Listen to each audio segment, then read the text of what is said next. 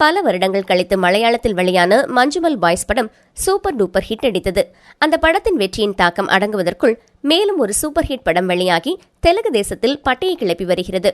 மௌலி இயக்கத்தில் பிருத்திவிராஜ் சுகுமாரன் ஹீரோவாக நடிக்க அமலா பால் அவருக்கு ஜோடியாக நடித்துள்ள படம் ஆடு ஜீவிதம். இது கேரளாவில் நடந்த ஒரு உண்மைச் சம்பவத்தை மையமாக வைத்து எடுக்கப்பட்ட படம்.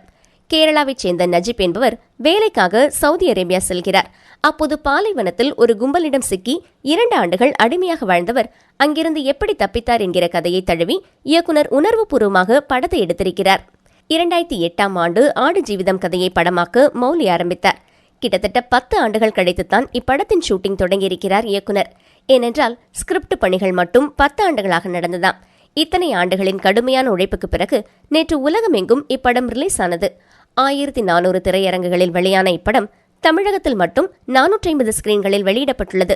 படத்தை தியேட்டரில் கண்ட ரசிகர்கள் தங்களது கமெண்ட்ஸ்களை ட்விட்டர் பக்கத்தில் தெரிவித்துள்ளனர்.